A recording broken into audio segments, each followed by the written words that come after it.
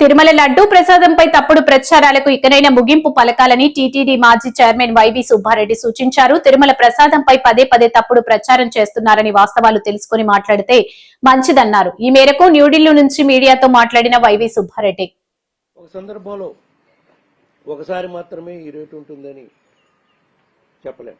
టెండర్లను బట్టి ఈ రేట్లు ₹400 దాకా మా పీరియడ్లో కూడా 400, 475 వరకు కూడా ఈ ప్రొక్యూర్మెంట్ చేయడం జరిగింది. మేము ₹300, ₹26 కొనటంతోనే దీనివల్లే నెయ్యి కల్తీ జరిగిందని అదే నిర్ధారణగా తీసుకొని ప్రచారం చేస్తే చంద్రబాబు గారు పీరియడ్లో కూడా అది 2014-19లో కూడా గీ సప్లై చేసిన వాళ్ళు ప్రొక్యూర్ చేసిన గీ యొక్క రేట్లు చూడండి ఒకసారి.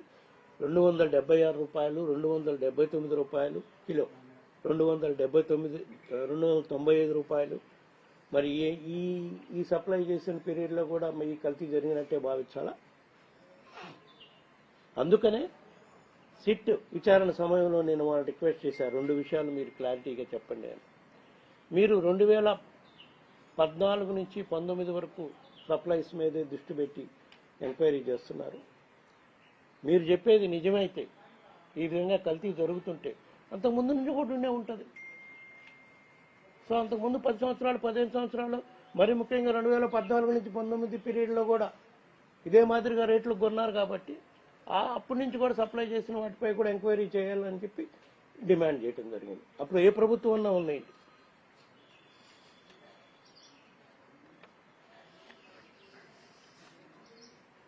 ఇంత జరిగినా కూడా మొన్న రీసెంట్ సెప్టెంబర్ 2024లో టీటీడీ వాళ్ళు ₹475కి గీ ప్రొక్యూర్ చేశారు. అది కూడా కల్తీ జరిగిందంట. కల్తీ నేయనంటారా? టీటీడీ కార్యక్రమాల నుంచి ఆర్థికంగా లాభపడాలని, అందులో అవినీతి చేయాలన్న తలంపు కానీ ఆలోచన కానీ నాకు ఏ రోజు నాకు కానీ నా కుటుంబ సభ్యులకు కానీ లేనే లేదు. అలాంటి ఊహ కూడా ఏ రోజు నాకు రాలేదు. చేసుకోవాలన్న ఆలోచన కూడా నాకు ఏ రోజు రాలేదు. టీటీలో నెయ్యి సప్లై అన్నది ఒక అంశమే. ఇవి కాకుండా టీటీలో విలువైన పనులకు, వివిధ సప్లైల కోసం 100 కోట్ల విలువైన టెండర్లు, కాంట్రాక్టుల కోసం ప్రతి సంవత్సరం ఖర్చులు పెడుతూ ఉంటారు. కానీ వాటిపై కూడా ఎక్కడా నాపై ఒక ఆరోపణ ఇప్పటి వరకు లేదు. ఎస్పెషల్లీ తిరుపతిలో నిర్మించే శ్రీనివాస సేతు నిర్మాణం గత ప్రభుత్వంలో ₹690 కోట్ల వరకు వేయించేయాలని శాంక్షన్ చేస్తే టీటీడీ బోర్డు అనుమతి లేకుండానే అది పాత గవర్నమెంట్ శాంక్షన్ చేసి వర్క్ కూడా ప్రారంభించడం జరిగింది. మా ప్రభుత్వం వచ్చినాక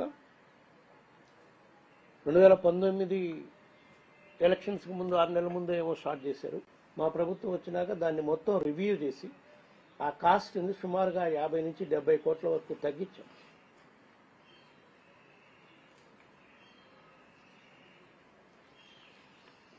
దాని ద్వారా స్వామివారికి ఎంత ఆదాయం చేకూర్చగలిగామో, మిగిలించగలిగామో మీరే ఒకసారి ఆలోచించండి. సుమారుగా ఐ థింక్ 690 నుంచి 500కో, 510 కోట్లకో, 20 కోట్లకో తగ్గించాం. ఎస్టిమేట్స్ అన్ని నాకు అందుబాటులో లేవు.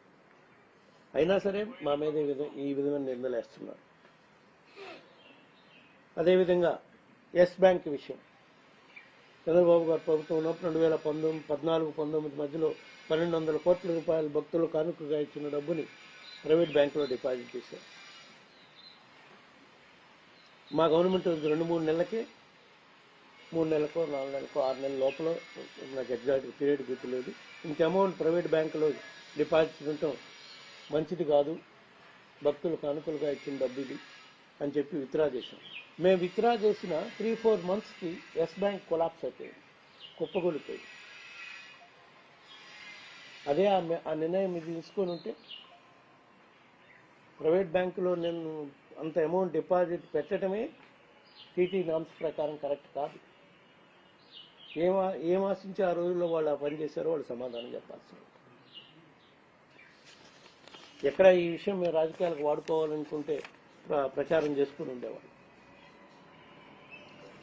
మీకు మిగతా విషయాలు L1, L2 దర్శనాలు రద్దు చేశాం. ఎంతో పారదర్శకతగా ఉండాలని చెప్పి శ్రీవాణి ట్రస్ట్ తెచ్చాం. దాని ద్వారా 10,000 రూపాయలు కట్టి 10,500 కట్టి ఎవరైనా దర్శనం శీఘ్ర దర్శనం చేసుకుని వచ్చేదానికి ఏర్పాట్లు చేశాం. మొట్టమొదటిసారిగా తిరుమలలో ప్లాస్టిక్ వాడటం పూర్తిగా నిషేధించాం, including plastic bags, plastic water bottles, everything. ఈ రోజుకి ఆ సిస్టమ్ పకడ్బందీగా నడుస్తుంది తిరుమలలో. హిందూ మతంలో గోమాతకు ఉన్న విశిష్టను పరిగణలోకి తీసుకుని గుడికో గోమాత కార్యక్రమాన్ని అమలు చేశాం. మన రాష్ట్రంలోనే 140 ఆలయాల్లో గోమాతలను ఇచ్చి గోపూజ జరిగే విధంగా చర్యలు తీసుకున్నాం. దాదాపు 516 గోశాలకి ఆర్థిక సహాయం చేశాం. గో సమ్మేళనం నిర్వహించాం. ఎందుకంటే గోవుని పూజిస్తే సాక్షాత్తు గోవిందుడిని పూజించినట్టే అని మనం భావిస్తాం కాబట్టి. స్వామివారి నైవేద్యానికి వినియోగించే పదార్థాలన్నీ